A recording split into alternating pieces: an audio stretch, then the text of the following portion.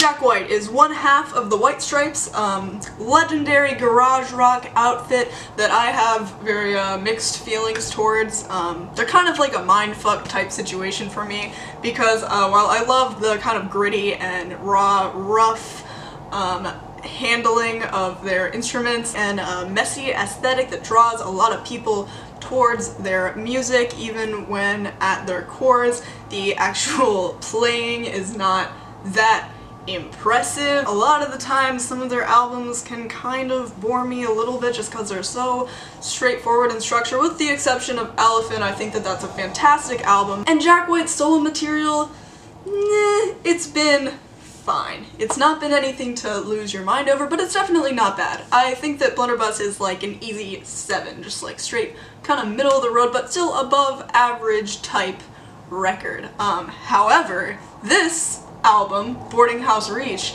is just like very fucking different from really anything that he's done up to this point. I mean, White Stripes definitely had their ambitious moments, but it was never like to this extent that we're seeing on here. I mean, this is like wild and crazy experimental, and Jack White is just like tossing ideas at us full force, left and right. Holy shit, there is something right outside my window, as always, creating a ton of background noise. It's just part of the Sound Binge package. When you subscribe to me, you gotta be prepared for it, you know? So yes, I definitely do think it's commendable that someone like Jack White, who has been playing it safe for so long, is just doing something totally unconventional, totally off kilter. I think that the lack of cohesion behind this album is just an overwhelming problem that kind of takes away from its impact, unfortunately, although there are a lot of good ideas. So I feel like this album can kind of be divided into 3 different sections.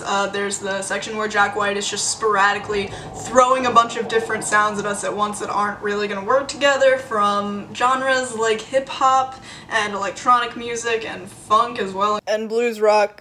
I don't know why I didn't say blues rock. And then there's the side of the album where Jack White is just boring us to tears. I mean, just take a look at the last 3 tracks of the album. While I do kind of enjoy the grimy layers of synths on a track like Get in the Mine Shaft, it doesn't really build up to anything satisfying. And as for the last 2 cuts, I mean, What's Done is Done and Humoresque, like, really? You're gonna close out the album on that unsatisfying a note with a minimal piano ballad style after that just clusterfuck of sounds crashing together? But then there's the middle section, where Jack is kind of taking this weird sense of experimental ambition and combining it with actual structure, like on the song Respect Commander, or Over and Over and Over, or even Corporation. Although Corporation is kind of on the wild side of the cuts here, I actually think that the kind of gritty, funky guitar leads go really nicely with the satirical, kind of lyrical concept here. I mean, it's kind of a genius track. And I love the eccentric vocals in this track as well, and something similar can kind of be said for the background vocals in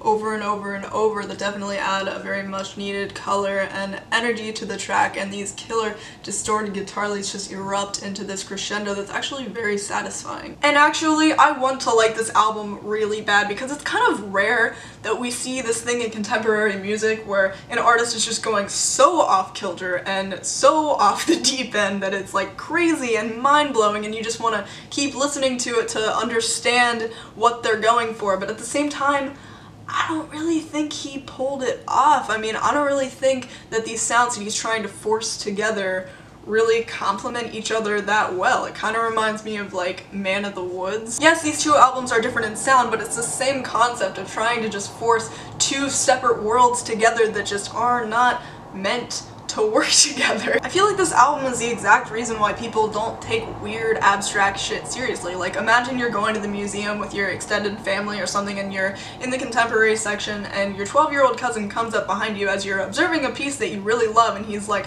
what the fuck is this? How did this get into a museum? I could just throw paint at a canvas. But he doesn't understand that there's actual structure to it and cohesion, and all of the parts work together extremely well, and just because it doesn't necessarily represent anything doesn't mean that it's bad, because there was time put into it to make sure that every single part of the piece worked with each other, and that's why it's so good. Approach your ideas with care, push them to the fullest extent. make sure people can buy into it. Don't try to combine 5 different paintings into one painting, unless all of the ideas have clear association. There are a lot of strange kind of quirky moments on this album, like on Why Walk a Dog and on Corporation and on Everything You've Ever Learned, Esmeralda Steals the Show, but none of these things really go together lyrically at all whatsoever, and I'm just left wondering what statement is Jack really trying to make here. Something that I noticed that I actually wanted to say is that on Esmeralda Steals the Show, the spoken word legitimately sounds dead on like my religious uncle reading us the Bible on Easter morning when he's not aware that 75% of the people at the table are atheists. Like, dead on, that is the preachy tone of voice that he uses. And for the most part, the spoken word areas of this album just feel totally awkward and out of place. And the instrumentation on tracks like Why Walk a Dog and, again, Hypermiscephaniac or whatever, and Ice Station Zebra is just so slappy, and all of the elements just feel thrown on top of each other at random. Overall though, despite all the missteps that I feel Jack took on this record, I do kind of respect its intent. I just feel like it wasn't really pulled off in a way that's genuinely, lastingly compelling. It didn't really appeal to me personally, which is why I'm going to go ahead and give it a 3.5 or a 4 out of 10. Thank you so much for watching this review and watching any of my reviews, and if you would subscribe, that would mean a lot to me, and yeah, I will see you in the next one.